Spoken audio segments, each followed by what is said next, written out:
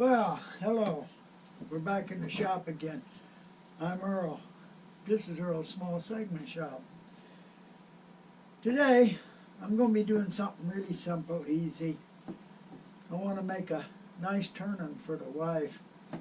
So, I decided I'll make a 7-inch turning. And just a simple, almost straight-sided, little bit tulip on the top turning. Make a 7-inch turning and almost straight side, just a little bit flared out, and then a tulip on the top. I'm going to put a floating bottom on it, and I want to make it out of some beautiful wood, so I'm thinking I'm going to use Bubinga. I got some Bubinga here. It's nice. And Cocobolo. I got a stick of Cocobolo here. I don't know if this is the light one or the dark one. I got some more. This one might be darker. I want the darkest one yet. I think this one's darker. I think I'll use this. Anyway, I've been debating whether I want to make a Cocobolo on the bottom and Bubinga and Cocobolo on the top. I think I'll just make Cocobolo on the top, make it Bubinga on the bottom right up to the top, and then Cocobolo right on the top. I think that'll look better. Anyway, just a simple little turning. I'll make it 16 segments per ring. That's the easiest to do. And like I said, just a little bit angled out and then a flare at the top. So first thing I'm going to have to do is make the floating bottom. So I'll cut some Bubinga for that. And for a 7-inch ring, 16 segments,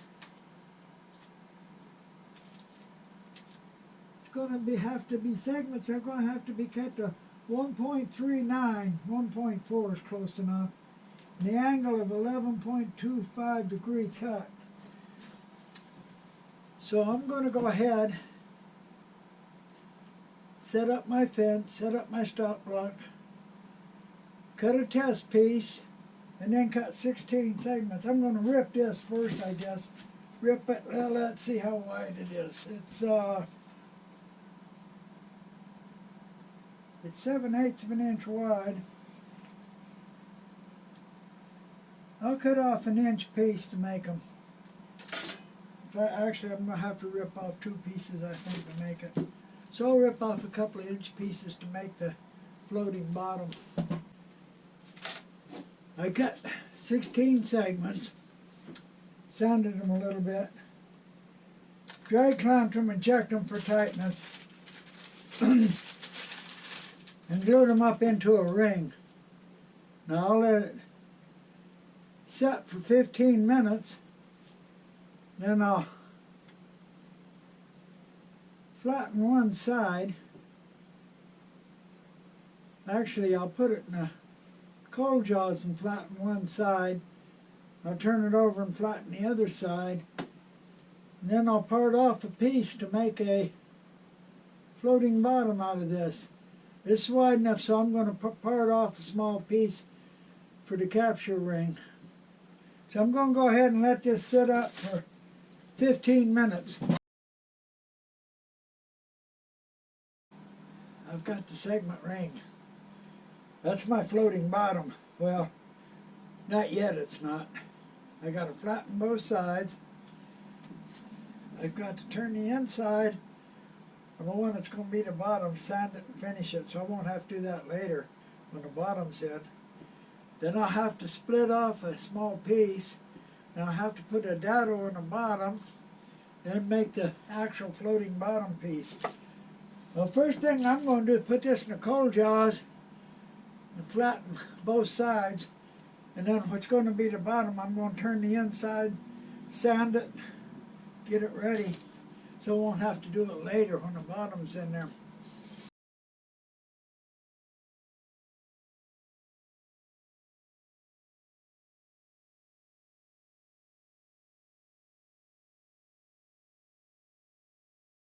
This has been turned and sanded flat. This is going to be the very bottom. What I'm going to do now is turn the inside and sand it all the way. That'll make it much easier to finish later. I won't have to try and get the tool in without cutting the floating bottom piece. It'll already be turned and sanded smooth. So that's what I'm going to do right now. Turn the inside about a little over halfway down and then sand it out all the way. And it'll just take a couple of minutes to do that. Okay, been flattened. I turned the inside here and sanded it, polished it just like glass. Now, I won't have to come back in and do that later when the floating bottom's in there. It's so easy to hit the floating bottom with your turning tool. So this already been done. So now, I'm going to have to glue this to a faceplate with paper, brown paper. And I think this faceplate here is about the right size. Perfect, perfect. Look at that. And of course, it's a homemade faceplate with a 1x8 nut. I know my lathe is 1 1/4 by 8, but I got a 1x8 adapter. So I can use 1 1/4 or 1x8. And these, all these I made were 1x8. The 1x8 nuts are really cheap. You can get them at Farm Supply by the pound. So yeah. So I'm going to glue some more brown paper. It's already got some. I'm going to glue some more brown paper on this. And then glue it on that. After I get brown paper glued on this, just around the edge. Put this on the lathe. Put this in the tailstock. Bring it up and glue it on and let it set for a while. Paper glued onto faceplate. Let's put a little glue on this.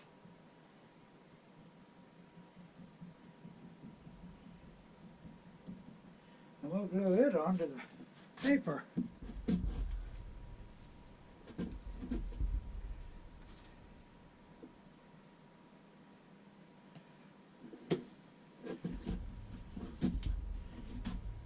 Got the live tailstock adapter on it. Put it in the tailstock. Bring it up. Spread it around a little bit. Move the glue around. Yeah, that should do it. Tighten her down. Yeah, just let her sit for a while. It'll take at least 15 minutes. Okay, the glue's dried. Now what I'm going to do is turn the outside round, turn the inside round here, and sand it. Because it's also going to sit on the floating bottom. Then I'm going to part off a small piece, 1/4 of an inch, maybe a little bit less than 1/4 of an inch. That'll be the cover strip after I part it off. Piece parted off to use as a cover. I've got a rabbit cut in it, about a 1/4 inch deep, a little over a 1/4 inch wide. Now I got to make a piece to fit in the rabbit so that there's a gap all the way around. Just sit in there with a gap. So I'm going to have to get a piece of material and cut it for that.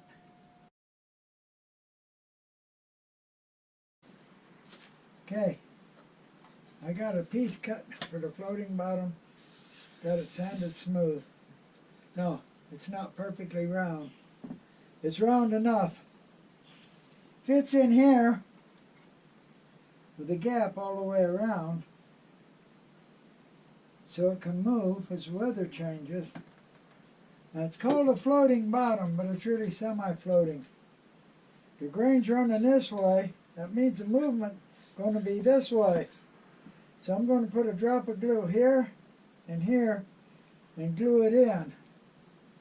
So it's really semi-floating, but it'll still move in this direction, the way the wood moves. So what I'm going to do now, put a little piece of tape here and a little piece of tape here and put some finish on it before I glue it in. And I made it just thin enough where when I glue the cover strip on, it'll glue to this. And just clear this, just enough, just a little bit of clearance. Okay, I've got finish on it. Take the tape off.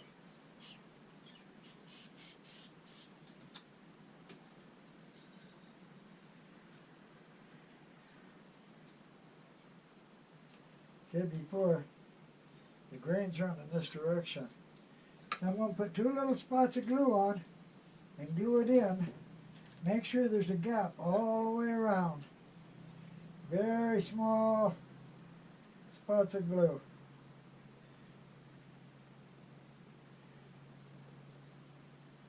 Very small spots of glue.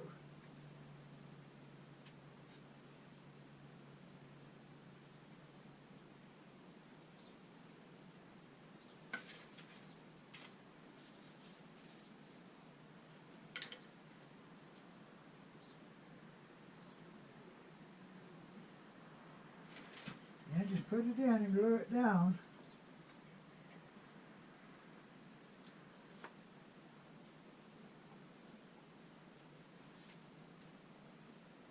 Damn it. Like I said, make sure there's a gap. Okay.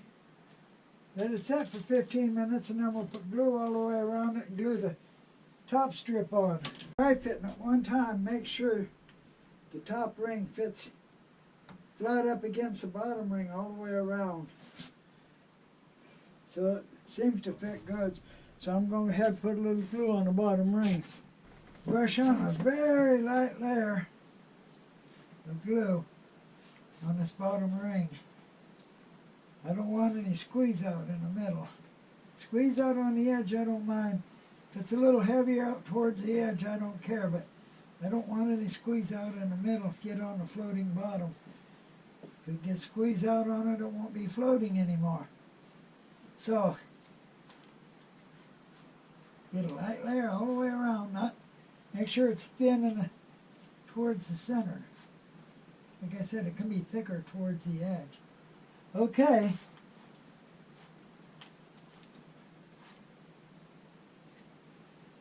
I'm ready now to put it on the lathe and bring the cut piece up and glue it on. Glued together now. I was asked before if I line them up or if I bricklay them. I bricklay them for strength. So all I got to do is let this sit for a while. And then I'll smooth the top here and turn the inside a little bit. And I'll be ready to put another ring on it.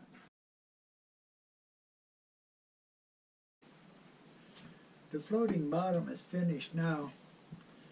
I went ahead and turned and flattened the bottom right now after I put the cap ring on. So it's ready to take the first ring. So I need to put a couple of Bubinga rings on it. And it measures 7 inch now. So I'm going to make the first ring, I think I'll make it at 7 1/4 inch. So I'm going to have a cut length of 1.44. So I'm going to go ahead, set this up for 1.44, cut 16 segments, glue them into a ring. Well, that ring's gluing up. I think I'll make a second ring. A second ring I'll make it 7 1/2 inches, which would be 1.49. So I'm going to go ahead, cut 16 rings and get them ready to glue up. I said I was going to go ahead and cut 16 rings. I'm going to cut 16 segments for a ring and get them ready to glue up into a ring. Once I get that glued up, I'll set it aside and then I'll probably make a second ring.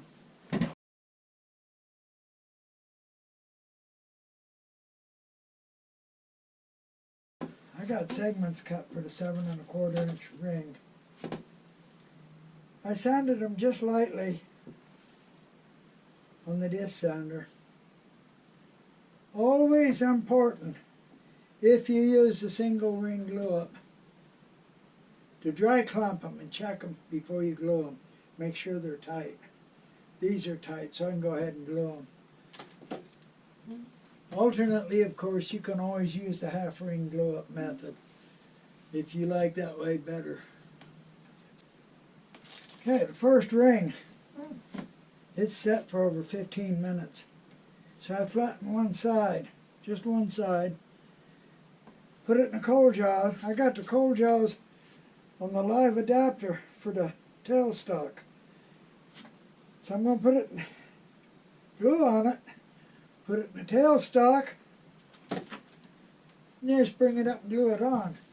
By putting it in the tailstock and bringing it up and gluing it on, it's automatically centered. It ain't going to slide around. So all I got to do is line the joints up to get a brick laid joint. Then I'll let it set for at least 15 minutes. After that, I can take the coal jaws off. I can flatten the other side, just turn it flat and sand it. Then I can be ready to put the second ring on. Second ring will be dry at least 15 minutes by that time. So yeah, I'll put this one on. Meantime, I can flatten one side of the other ring. Put some glue on it. Actually, I'll put too much. I don't care. It's quick and thick. I used to use tight bound too, but this quick and thick dries clear, dries a little faster.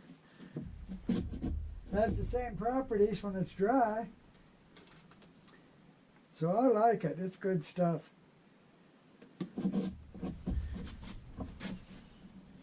Now, put it in tailstock. Get it out. Rotate it around to move it, spread the glue. Rotate it around quite a bit. Get the glue spread out good. Line it up so it's brick laid joints. Clamp it down. We're going to let it sit for a little bit. It's been more than 15 minutes since I glued this on. I'm going to flatten this top of this ring. I'm going to turn the inside a little bit. Why am I going to turn the inside? Because it's easy to get to and I can. And then I'm going to glue on the second ring. Second ring is glued on. The first ring is turned on the inside a little bit, just blending it into the bottom. Second ring glued on now. Well, it's drying. Made a Cocobolo ring. Same way, 16 segments, sand them a little bit, dry clamp them. But the Cocobolo ring is only going to be 1/2 inch thick instead of, those are a little over 3/4, I guess, after they're flattened. About 3/4 inch. And it's 8 inch, so it'll be able to give it a little flare out on the top. So, we'll let the Cocobolo ring set up for 15 minutes and the second Bubinga ring's on. I turned the inside a little bit, flattened it.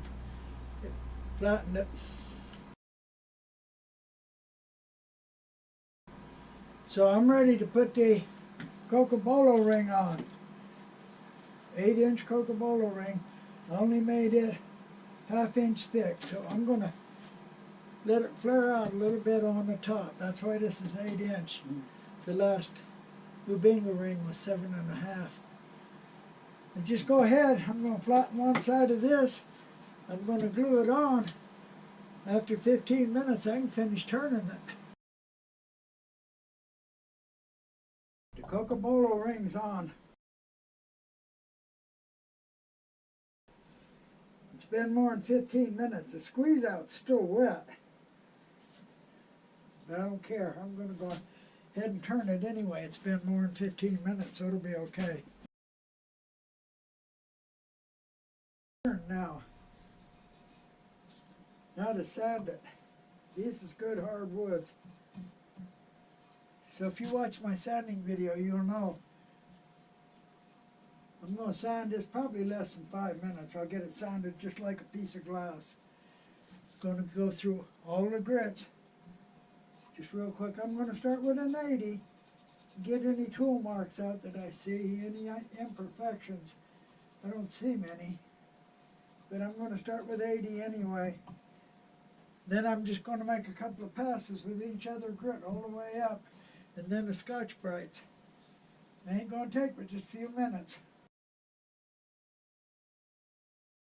Now that actually took less than 5 minutes. It's just shiny like glass, smooth. I started with 80 grit and I went all the way up. Quick couple of passes with each grit all the way up through the Scotch-Brite. It is smooth. Because this is hard wood, there's no soft woods in it, there ain't no mix. Both woods are hard woods, they're mixed, but both are hard woods. I think I'm going to buff it. I think I'm going to put it on the buffer and buff it.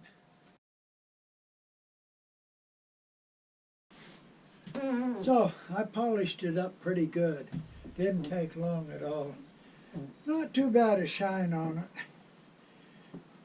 But now, I got to take it off the faceplate and I got to turn the bottom.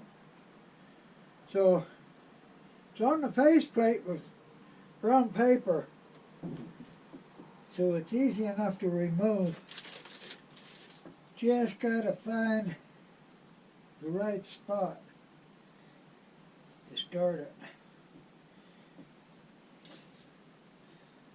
That's the thing, trying to find the right spot.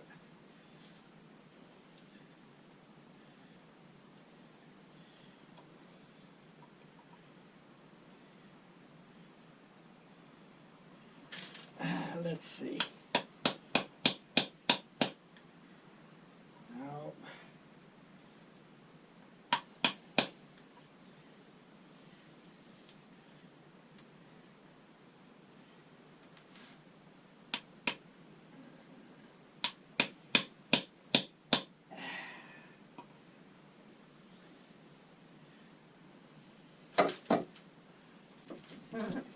here we go. I got the right spot now.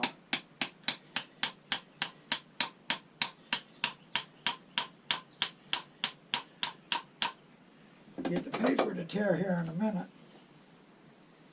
Not yet.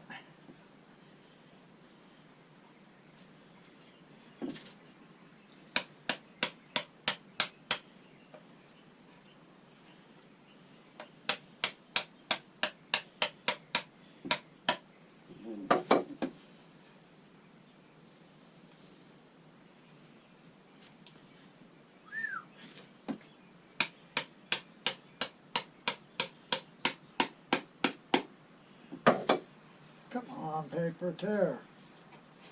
There it goes. Got it. Sometimes the paper holds pretty good. Be surprised. But once you get it started, it comes off pretty clean. All I gotta do is turn it a little bit now. Just a little bit. Get rid of the ridge around here. So I'm going to put it on the cold jaws. Going to use the tapered pins to hold it from the outside. Being as I got a lip here, it'll just hold it perfect. And I'll go ahead and turn the bottom. Just take a minute to do that. I got blue tape on it to protect it. Got the tapered pins holding it from the outside because it's got a flare. So I'm getting ready, just a little bit of turning here, not much. And give it a little lip around the edge to ride on. Just take a couple of minutes and I'll have the bottom turned.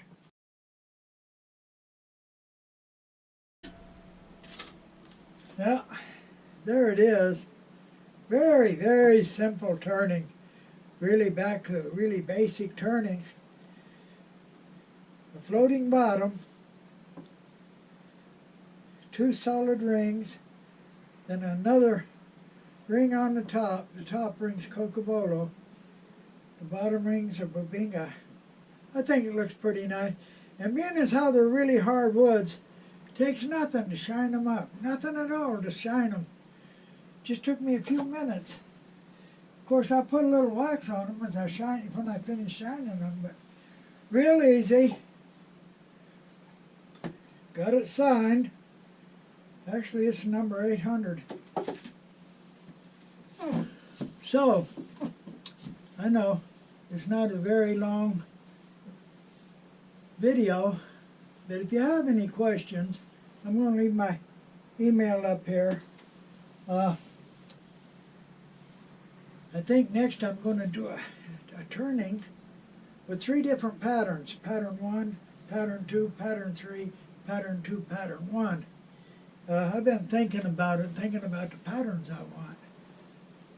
So I think that'll probably be my next turning. So come back and see my next video.